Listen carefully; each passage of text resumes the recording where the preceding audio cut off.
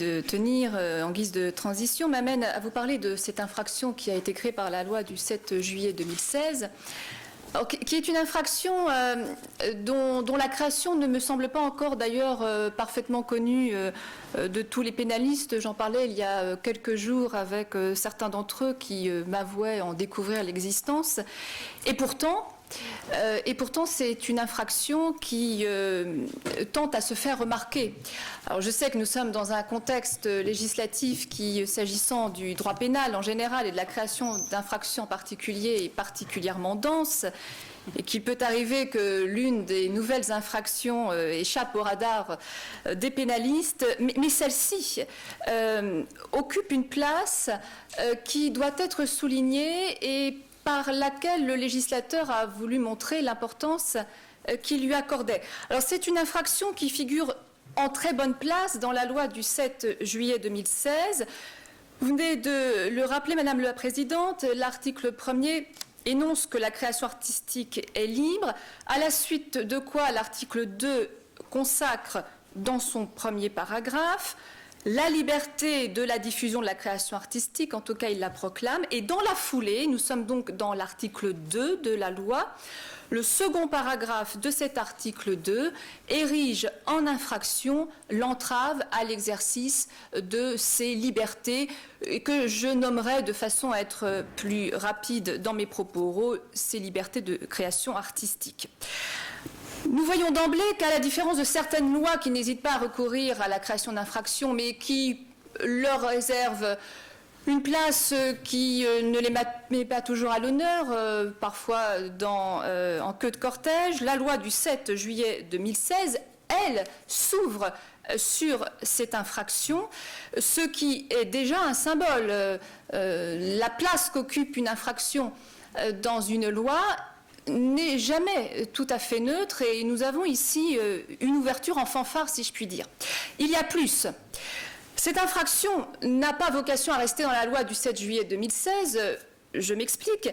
Il ne s'agira pas de l'infraction prévue et réprimée par l'article 2, paragraphe 2 de la loi du 7 juillet 2016.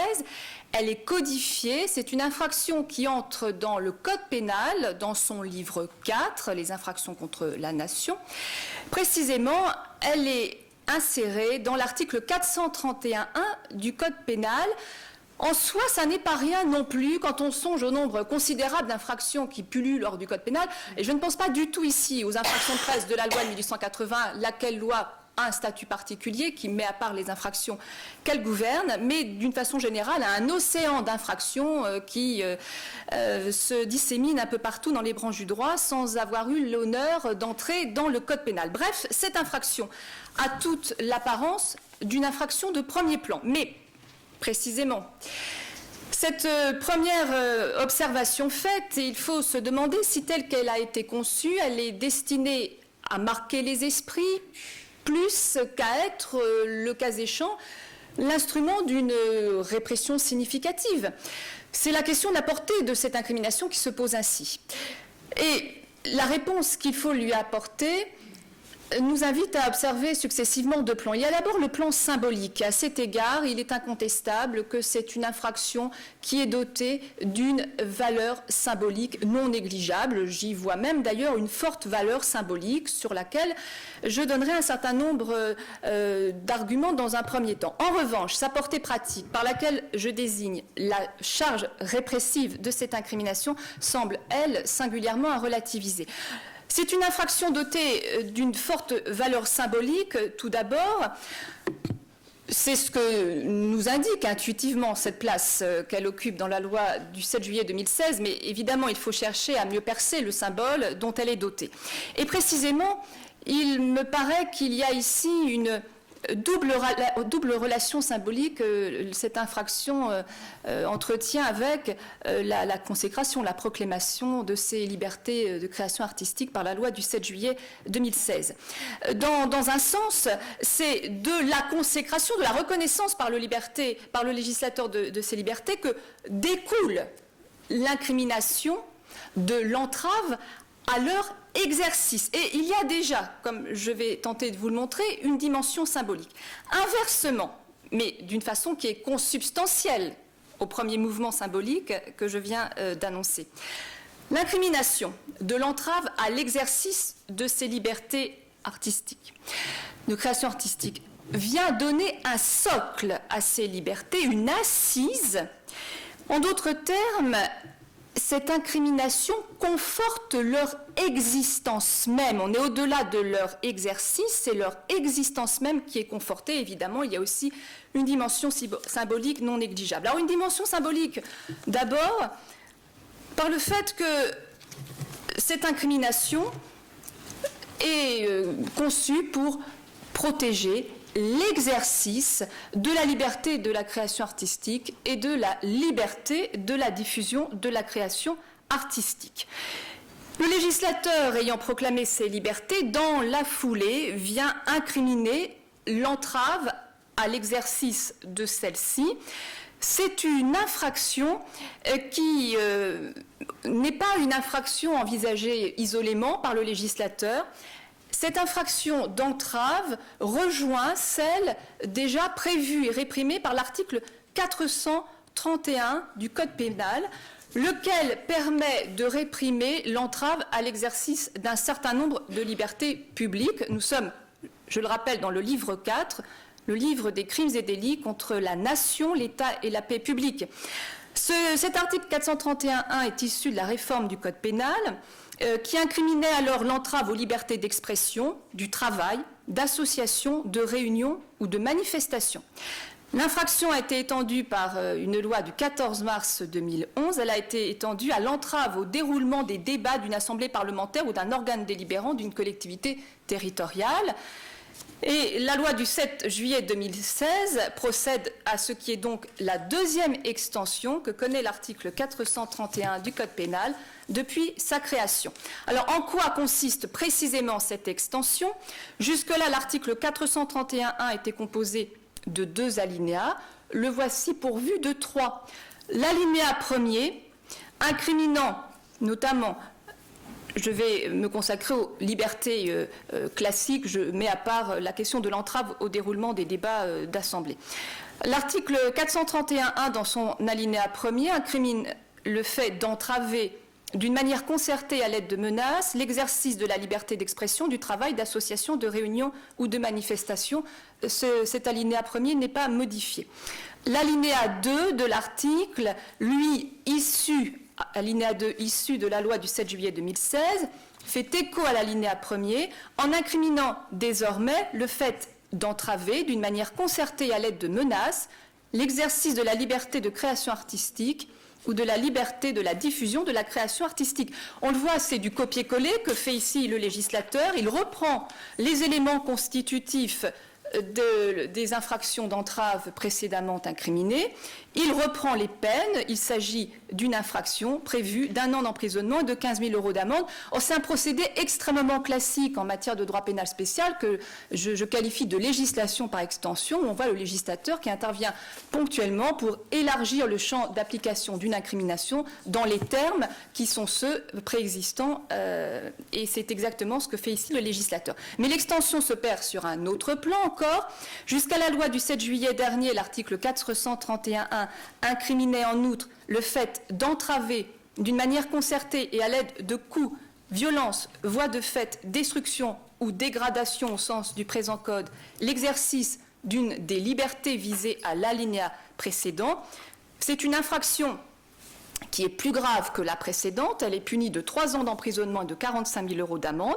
Eh bien, ce qui était l'alinéa 2 devient l'alinéa 3, et au lieu de faire mention de l'alinéa précédent, il est fait état des alinéas précédents, et il est ainsi implicitement renvoyé à la liberté de la création artistique et à la liberté de la diffusion de la création artistique. Ici encore, même procédé, c'est-à-dire que ce sont les mêmes éléments constitutifs des infractions précédemment existantes et les mêmes peines qui sont prévues pour la nouvelle infraction. C'est donc une extension par laquelle ces libertés artistiques, ces libertés de création artistique sont hissées par le législateur au même plan que ces libertés dont il préservait traditionnellement l'exercice au terme de cet article 431.1.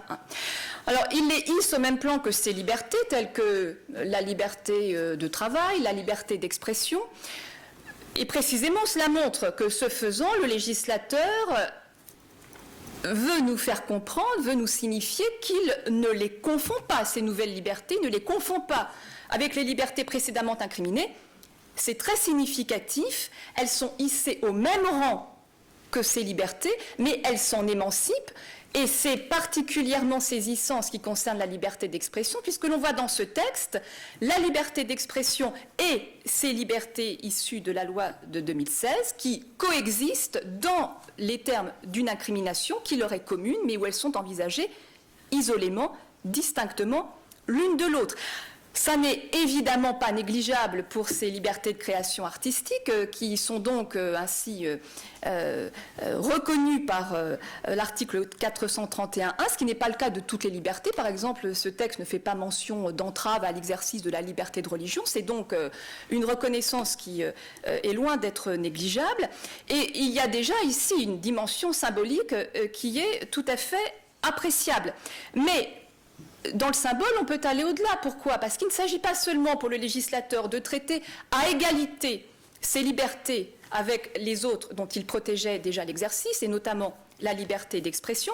Il s'agit également pour le législateur de montrer qu'il les saisit dans leur identité propre, une identité dont il proclame ainsi qu'elle est irréductible à celle des autres libertés. Autrement dit, s'il s'agit en apparence de garantir l'exercice de ces libertés, il s'agit en réalité philosophiquement, et on pourrait dire que c'est une sorte de ratio legis qui est implicite, il s'agit dans le même temps de garantir, de reconnaître l'existence de ces libertés. C'est l'autre aspect symbolique de cette nouvelle infraction que de contribuer à la reconnaissance de l'existence même de ces libertés de création artistique. Et précisément, à cet égard, elles nous apparaissent sous l'angle d'une particularité qu'on ne retrouve pas pour les autres libertés qui sont elles aussi protégées par l'article 431.1.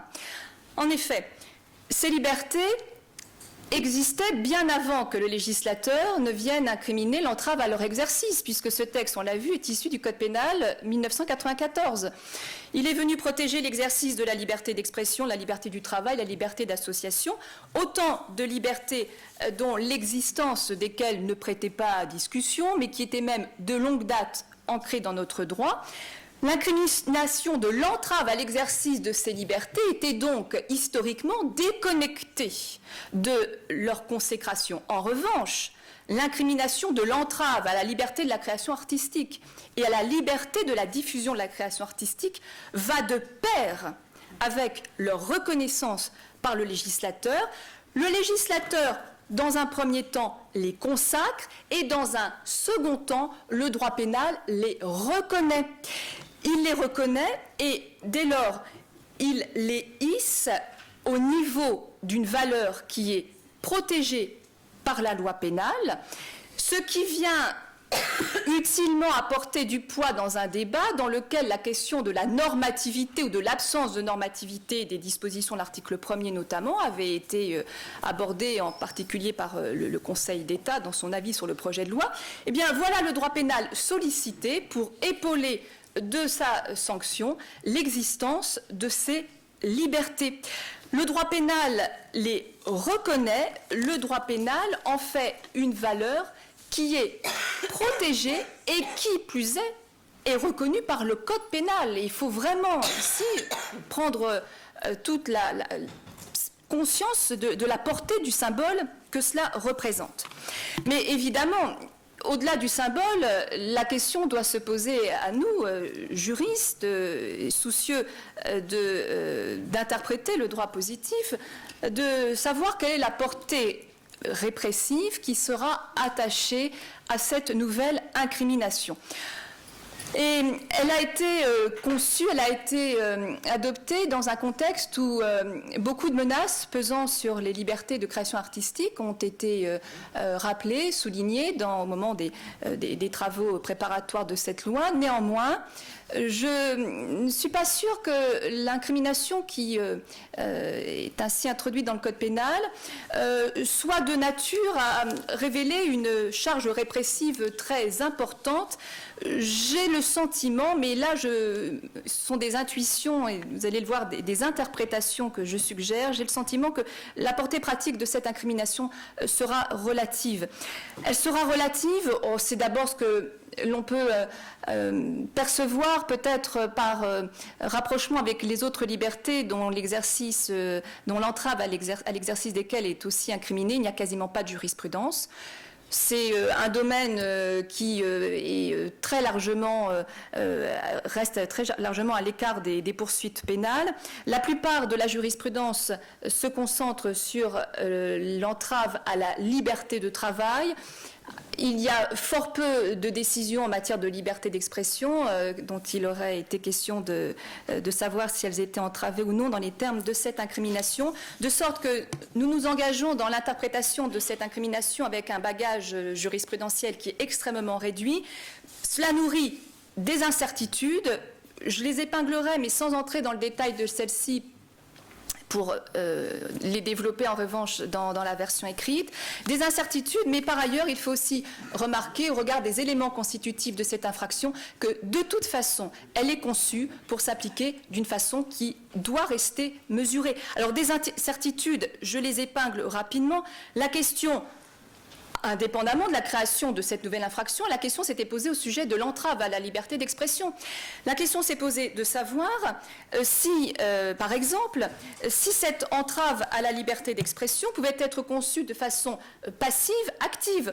Autrement dit, peut-il s'agir d'une entrave qui sera exercée à l'égard du créateur, par exemple à l'égard d'un auteur dont une pièce devrait être représentée, ou à l'égard du public. La question s'est posée dans la doctrine, mais qui n'a pas de réponse dont elle puisse tirer bénéfice de la part de la jurisprudence. L'enjeu étant, en réalité, il y a de la jurisprudence sur la question de l'entrave à l'égard du public, sur la liberté de recevoir l'information, et c'est la jurisprudence qui émane de quelle juridiction? Ce sont les décisions qui concernent le théâtre de la ville, oui, qui a fait l'objet vous savez, ces militants qui ont voulu interrompre le spectacle de Castellucci.